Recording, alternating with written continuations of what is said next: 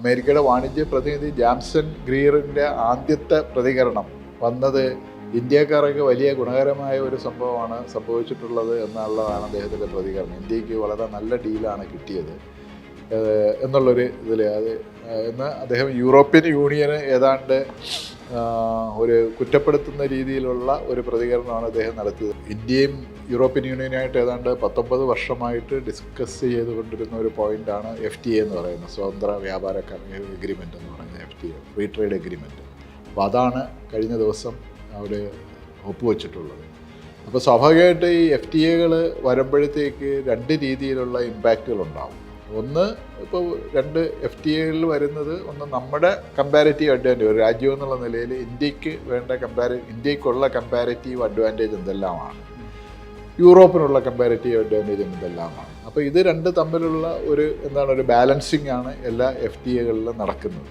അമേരിക്കയുടെ വാണിജ്യ പ്രതിനിധി ജാംസൺ ഗ്രീറിൻ്റെ ആദ്യത്തെ പ്രതികരണം വന്നത് ഇന്ത്യക്കാർക്ക് വലിയ ഗുണകരമായ ഒരു സംഭവമാണ് സംഭവിച്ചിട്ടുള്ളത് എന്നുള്ളതാണ് അദ്ദേഹത്തിൻ്റെ പ്രതികരണം. ഇന്ത്യക്ക് വളരെ നല്ല ഡീലാണ് കിട്ടിയത് എന്നുള്ളൊരു ഇതിൽ എന്ന് അദ്ദേഹം യൂറോപ്യൻ യൂണിയന് ഏതാണ്ട് ഒരു കുറ്റപ്പെടുത്തുന്ന രീതിയിലുള്ള ഒരു പ്രതികരണമാണ് അദ്ദേഹം നടത്തിയത്. കാരണം യൂറോപ്യൻ യൂണിയൻ എന്തിനാണ് ഇത്രയധികം കൺസെഷൻസ്, ഇത്രയധികം ഇത് ഇങ്ങോട്ട് കൊടുത്തതെന്ന് മനസ്സിലാകുന്നില്ല. പിന്നെ അദ്ദേഹം പറഞ്ഞ അദ്ദേഹത്തിൻ്റെ സ്റ്റേറ്റ്മെൻറ്റിൽ വന്ന വേറൊരു പരാമർശം ഇതാണ്, അതായത് ഗ്ലോബലൈസേഷൻ്റെ ചില ദൂഷ്യഫലങ്ങൾ അമേരിക്കയ്ക്ക് പോലെ, അല്ലെങ്കിൽ അമേരിക്കയ്ക്കും യൂറോപ്യൻ യൂണിയനെയും പോലെയുള്ള പ്രദേശങ്ങൾക്ക് സംഭവിക്കുന്ന ദൂഷ്യഫലങ്ങൾ കുറയ്ക്കാനായിട്ട് ഞങ്ങൾ വളരെ ആക്റ്റീവായിട്ട് ശ്രമിച്ചുകൊണ്ടിരിക്കുകയാണ്.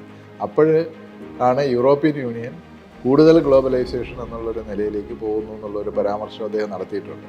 മറ്റൊരു പരാമർശം അദ്ദേഹം ഇതുമായി ബന്ധപ്പെട്ട് നടത്തിയത് ഇന്ത്യക്കാരായുള്ള അല്ലെങ്കിൽ ഇന്ത്യയിൽ നിന്നുള്ള തൊഴിലാളികൾക്ക് യൂറോപ്പിലേക്ക് കൂടുതൽ ആക്സസ് അല്ലെങ്കിൽ പ്രവേശനത്തിന് കൂടുതൽ സൗകര്യങ്ങൾ ഉണ്ടാക്കുന്നു എന്നുള്ളത്. അതിലും എന്തോ ഒരു ദുസൂചനയുള്ളതുപോലെയുള്ളൊരു പ്രതികരണമാണ് അദ്ദേഹത്തിൻ്റെ ഭാഗത്തു നിന്നുണ്ടായിട്ടുള്ളത്. പ്രത്യേകിച്ച് അമേരിക്കയായിട്ടുള്ള നമ്മുടെ വാണിജ്യ നെഗോസിയേഷൻ, അമേരിക്കയായിട്ടുള്ള ഇതുപോലുള്ള FTA ഇപ്പോഴും എങ്ങും എത്താതെ നിൽക്കുകയാണ്. ആ ഒരു സാഹചര്യത്തിലാണ് ഇന്ത്യക്ക് ഈ നിലയിലുള്ള ഒരു FTA യൂറോപ്യൻ യൂണിയനുമായിട്ട് നമ്മൾ സൈൻ ചെയ്തിട്ടുള്ളത്. ഇനിയിപ്പോൾ ഏതാണ്ട് സമാനമായ ഒരു കരാറ് കാനഡയുമായിട്ട് നമ്മൾ നെഗോഷിയേറ്റ് ചെയ്യാനുള്ള സാധ്യതയുണ്ടെന്ന് പറയപ്പെടുന്നു. അപ്പോൾ അമേരിക്കയുമായിട്ടുള്ള ഒരു ട്രേഡ് നെഗോസിയേഷനിൽ ഒരു പക്ഷേ ഇന്ത്യക്ക് ഒരു അപ്പർ ഹാൻഡ് കിട്ടാനുള്ളൊരു സാധ്യതയുണ്ട്, അല്ലെങ്കിൽ ഇന്ത്യക്ക് ഒരു വളരെ ഫേമായിട്ടുള്ള ഉറച്ച ചില നിലപാടുകൾ എടുക്കാനായിട്ടുള്ള സാധ്യതയുണ്ട്. പക്ഷേ ഈ ട്രേഡിൻ്റെ കാര്യത്തിൽ, ട്രേഡ് നെഗോസിയേഷനിൽ ട്രേഡ് അല്ലല്ലോ അതിൻ്റെ കാര്യം, അതിൻ്റെ രാഷ്ട്രീയമാണ് അതിൻ്റെ കാര്യം. ഇപ്പം ട്രംപിനെ പോലുള്ളൊരു കക്ഷി എന്താണ് പറയണത്, അല്ലെങ്കിൽ അതിനപ്പുറത്തേക്ക് ഈ കാര്യങ്ങൾ പോകത്തില്ല എന്ന് പറയുന്നൊരു സ്ഥിതിവിശേഷമാണുള്ളത്. അപ്പം നോർമലായിട്ടുള്ള ഒരു ട്രേഡ് നെഗോസിയേഷൻ എന്ന് പറയുന്ന ഒരു സാഹചര്യം അല്ല അമേരിക്കയും ഇന്ത്യയും തമ്മിലുള്ള ട്രേഡ് നെഗോസിയേഷനിൽ നടക്കുന്നത്.